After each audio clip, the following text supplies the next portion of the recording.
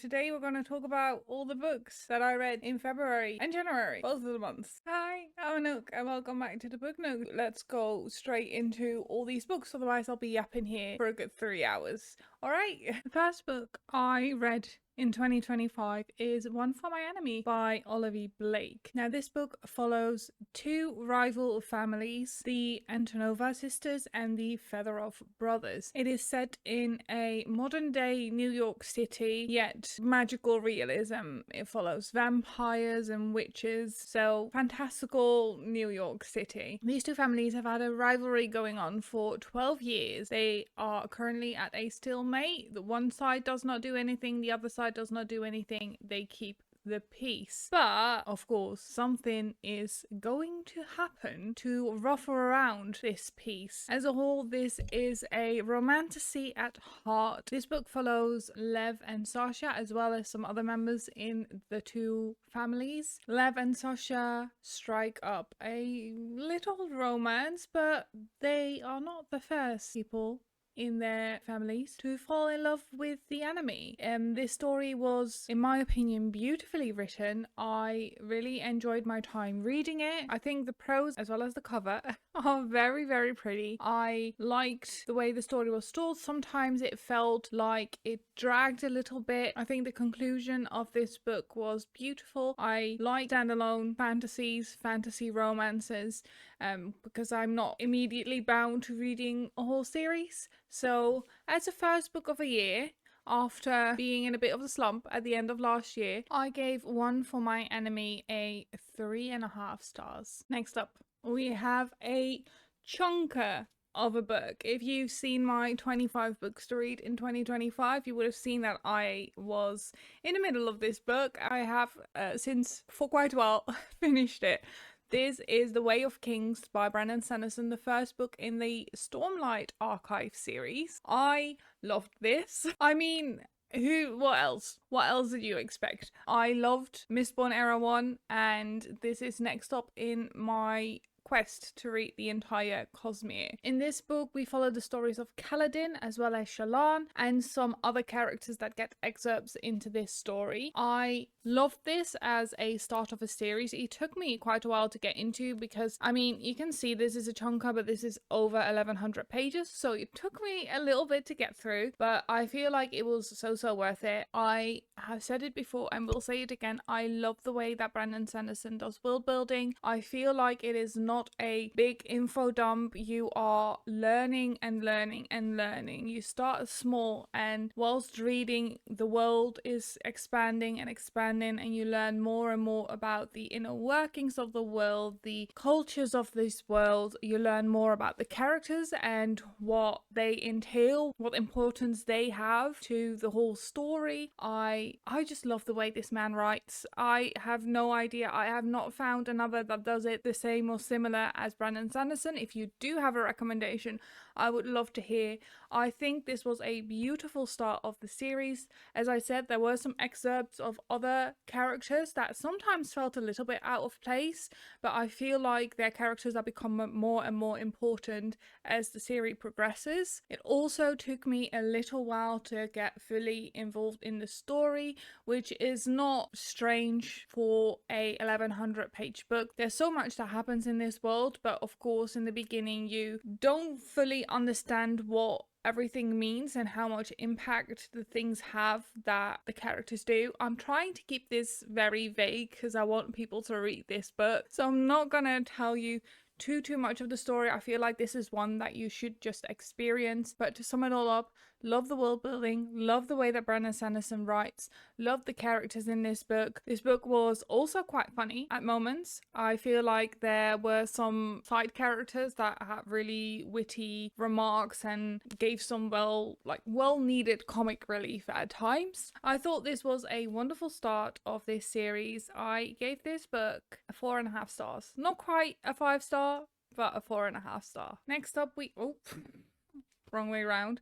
Next up, we have a book that did actually get 5 stars. This is The Martian by Andy Weir. I read Project Hail Mary in December. Absolutely love that book. I love the way that Andy Weir writes. I love his humor. I love how blunt he is, and I love that he makes me laugh out loud at these characters and their remarks. So I picked up The Martian, as people told me that The Martian was potentially even better than Project Hail Mary, even though I really enjoyed that. So I was intrigued and I picked it up. In this story, we follow Mark, and Mark gets stranded on Mars. He goes there with a crew. An event happens and the crew thinks Mark dead. So they leave Mars and are on their way back to Earth whilst Mark wakes up. Not dead. Definitely not dead. And he is gonna try and find a way to survive on Mars, to hopefully get off it, be rescued, or sit out its time till a new crew arrives. This book is told in daily logs, like diary entries that Mark keeps, and the way he just bluntly speaks his mind, somewhere thinking that no one's gonna listen to this anyway. I felt myself rooting for this character so much. I thought this book was hilarious. I had such a good time reading this, so yeah, 5 stars is a feeling, and I felt good reading this. So 5 stars for The Martian by Andy Weir, which is my first 5-star of this year. And after a 5-star, we unfortunately have a book that I DNF'd. We have Never Let Me Go by Kazu Ishiguro. This book follows Kathy, or is narrated by Kathy, who with a group of friends grows up in a seemingly idyllic boarding school outside of London, not out in England. Not all England is London. Not all London is England. Well, all London is England. Never mind. But she grows up in boarding school there. This is no ordinary boarding school, which you'll find out in this story, because they have a fate that is awaiting them in the future. Now, this book and the premise of it seemed so interesting to me, yet the writing of this, unfortunately, to me was just very mundane. I felt like the story could give so much intrigue. There was so much that could have happened. There was so many ways he could have taken the story. Yet to me, Kazu took a very mundane route. I feel like if it were written a little bit more snappy, I like the writing, don't get me wrong, but if it was written a little bit more snappy, I feel like this book would have kept my attention. I just felt this book go by really slowly, and there was just so much said whilst nothing really happened, in my opinion. So at about 2/3 in, I decided to put this book aside. I don't read DNFs because I feel like since I've not read the entire book, I cannot give a full scope and full rating on this book. So Never Let Me Go is a book I read 2/3 but did not finish. Next up, we have a book that I DNF'd before but actually finished now, which is Assassin's Apprentice. I started this book whilst I was deep in my reading slump, and I just could not get through it. It took me so long to get through a couple of chapters, so I decided to put this book away. Since I was very intrigued by it, I decided I will just soft DNF it, pick it up at a later time point, and that's what I did in January. I enjoyed this story so much. It is basically a biography of Fitz, a bastard child who becomes the king's assassin. We follow Fitz through his journey from the moment he was dropped at the castle gates to the moment he became the king's assassin. This book includes some very flawed characters. Fitz himself is a very flawed character, yet they are very interesting, but they all have their own reasons for doing the things they do,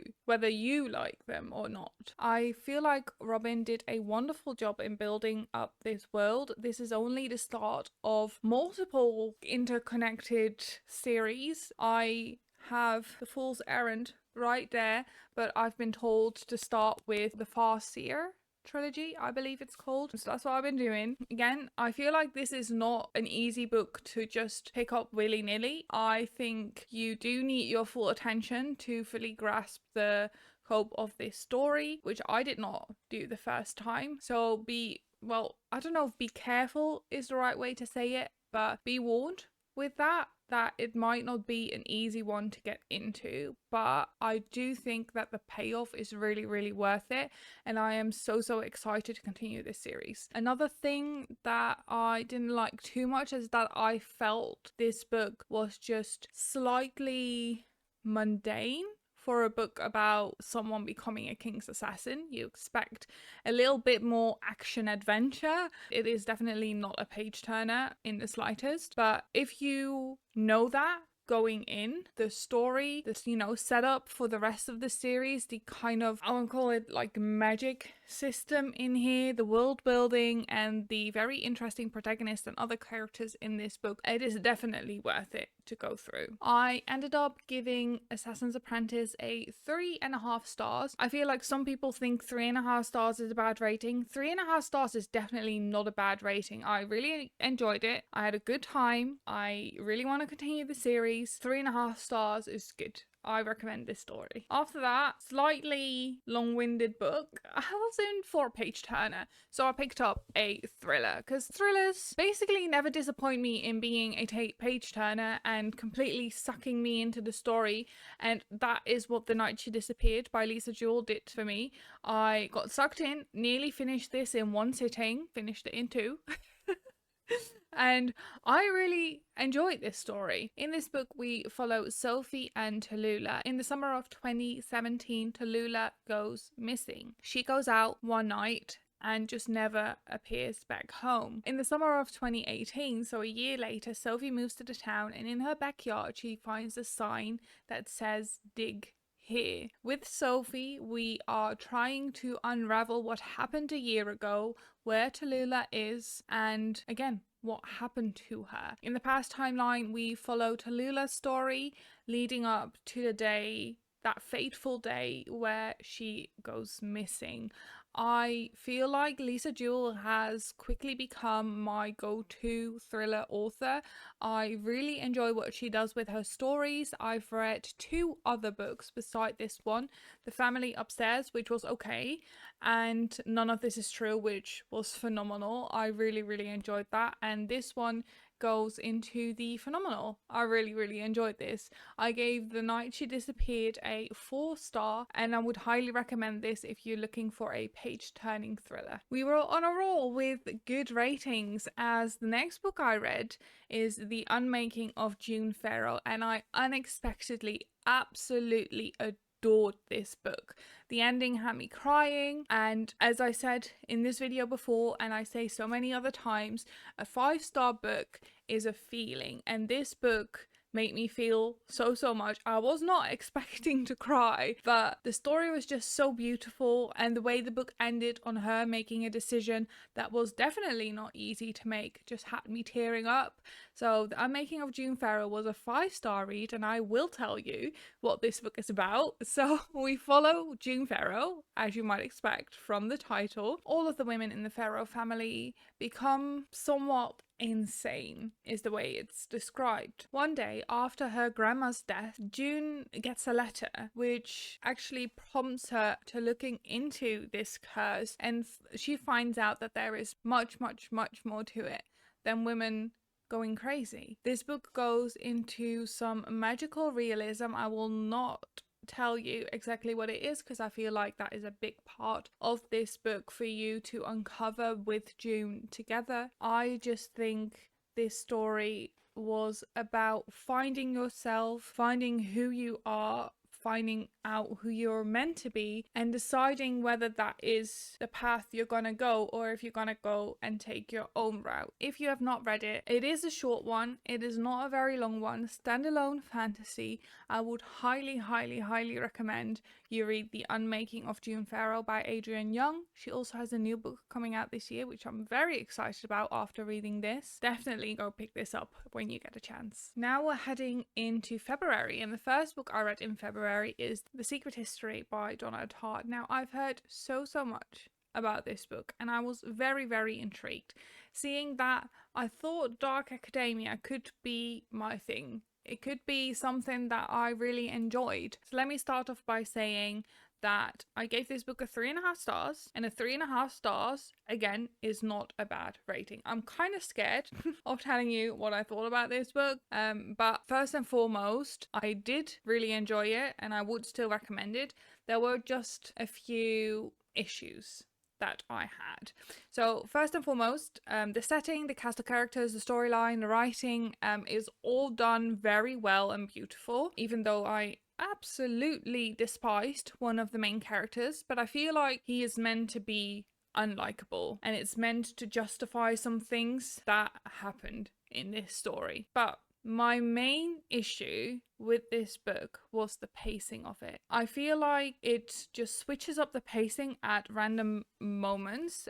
This book is over 600 pages. It doesn't look it, but it's over 600 pages, and it kind of uses the first 200 pages as a very slow build up. It got to a point where I was like, oh, this book sounds very interesting, but when is something gonna happen? When is the plot gonna plot? Basically. Again, sure, the writing was great, but I feel like nothing really happened just yet. After the 200 page mark, the plot started to pick up. The cast of characters got themselves into a little bit of a predicament, so that was very interesting to learn about. That part was paced very nicely, in my opinion. It's not specifically very fast paced, but it was also not too slow for my liking. At this point, I started to absolutely adore this book, but right up until the 450 mark, the pacing just kind of fell off a cliff again, and it just started to become a bit boring, in my opinion. And then all of a sudden, at the end of the book, it just ramped up and a bunch of stuff just started to happen all at once. I just felt like the pacing was a bit off, and I feel like if the pacing was consistent throughout the whole book, and I know I might be a minority in this, and I know some people might say that I just didn't get it. I did get it. I just wish it was paced better, because I feel like if the pacing was better, this could have been a 5-star read for me. But yeah, that was a bit of a bummer. So I rated it 3.5 stars, which is still a very good rating. I still highly recommend it, but be warned that the pacing might be a bit slow, definitely at the start. Staying on the dark academia trend, I went into Ninth House by Leigh Bardugo. This book follows Alex Stern as she gets recruited to investigate the secret societies on this fantastical version of Yale. There is a girl that ends up dead, and Alex suspects that these societies and their magic have something to do with it. So this book basically follows Alex trying to find out what happened, why it happened, and who did it. I really enjoyed this book. I thought the world and the magic in this world were very interesting.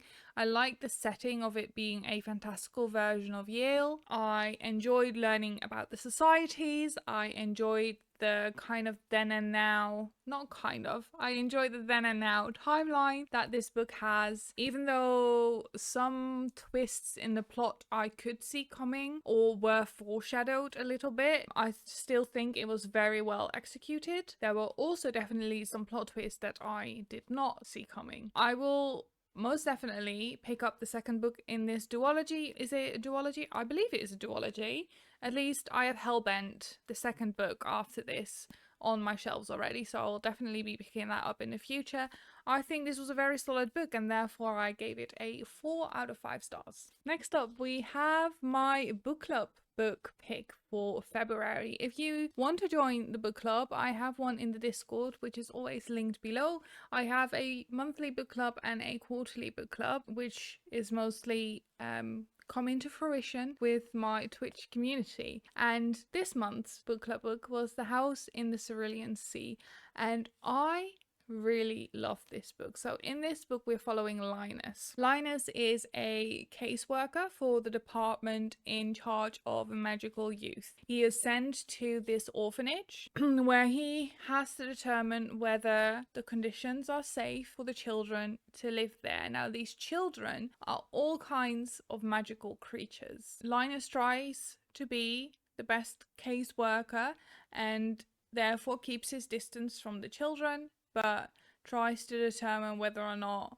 they are safe there and that the environment is made for them to flourish. But during the course of this book, you see thoughts and feelings towards the department in charge of magical youth, and the children change and evolve, and I absolutely adored it.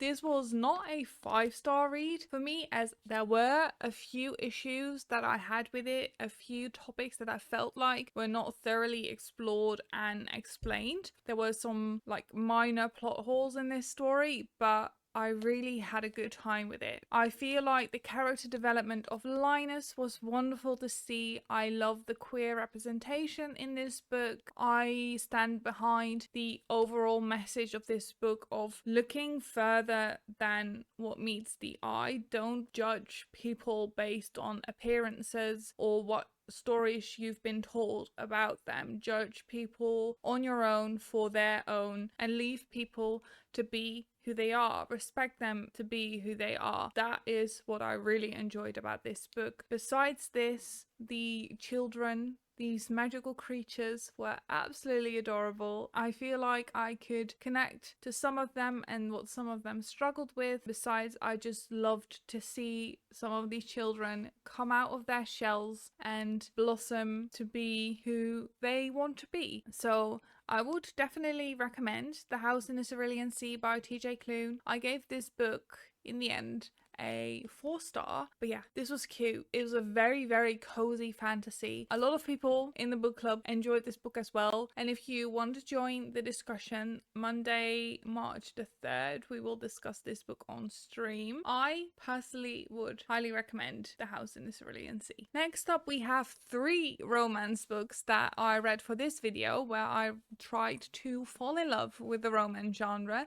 The first book being Beach Read by Emily Henry. I had read 3 Emily Henry books before, which I really did enjoy. People We Meet on Vacation was a bit of a miss, as I did not connect with the characters, but I enjoyed Happy Place. I loved Book Lovers, which is my favorite Emily Henry book. Beach Read did not surpass it, but in this book we follow Gus and January. January moves to this house after her father passes and leaves her this house. Her neighbor is her school rival Gus, and when they both bump into each other at a book club, they kind of challenge each other to write a book in the other's genre. So January writes mostly romance and Gus writes mostly general fiction books. They challenge each other, and to be able to write those books, they kind of experience together what the other one does to get fully into a story. This way they go on romantic outings for Gus's book, who is trying to write a romance,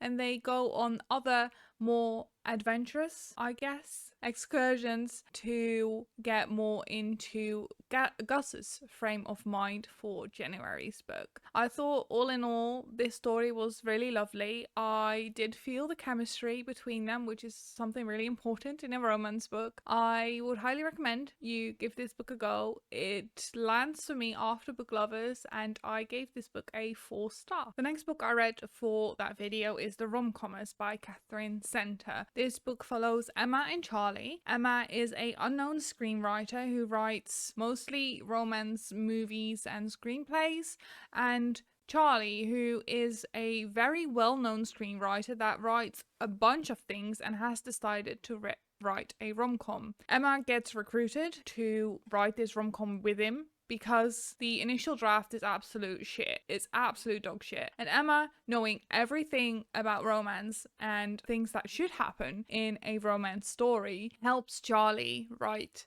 this romance script. Now, Charlie doesn't actually want to write this romance screenplay, but he has to. So together, Emma and Charlie embark on adventures and write this screenplay together. Meanwhile, they fall in love. Now, I did not enjoy this book. Unfortunately, I heard so many good things about Catherine Center that I was very excited to pick up this book, and it might have been the writing, but I think it was mostly the main character, Emma. Emma, in my opinion, was I am not like the other girls girl. I am quirky with red curly hair and I'm not pretty like all these Hollywood famous people. I am an unknown woman and Charlie is the love of my life, basically.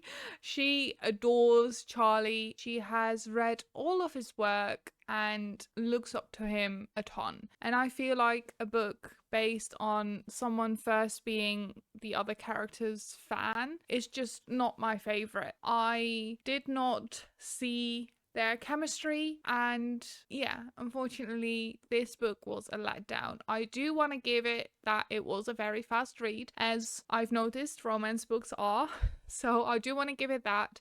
And I don't think the writing was bad, I just did not like the female main character, and I feel for a romance book you have to root for the characters and you have to feel their chemistry, and unfortunately that was lacking in this book for me. So the Rom-Commers by Catherine Center was a 2-star. The last book that I read for that video, Part of Your World by Abby Jimenez, was a big hit. That book actually convinced me that there are romance books out there that I really enjoy. So Part of Your World follows Alexis and Daniel. They are from two completely different worlds. Alexis is a city girl who works in a hospital and has a name to live up to, whereas Daniel is the mayor of a small town, a community where everyone knows everyone and everyone does everything for the rest of the community. They meet by chance when Alexis gets stranded with her car in this small town, and Daniel gets her out of this ditch and they meet in